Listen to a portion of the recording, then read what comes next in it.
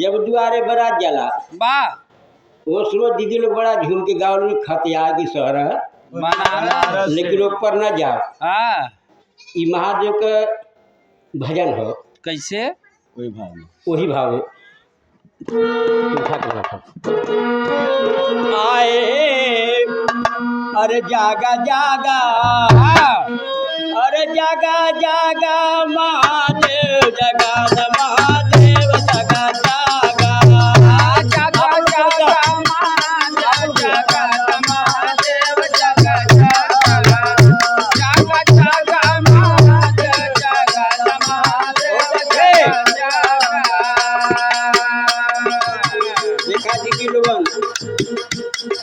हम अक्सर आप लोगों ने क्लासिकल गीत गाए ना क्यों लगभग अकेला महादेव काम कर निकला तो दीदी लोगों के बैठा करके भजन भाव गा करके चर्चा करके और सुना कि दीदी लोग गा बजा के लोग मन फेर हो जाए जागा जागा जागा जागा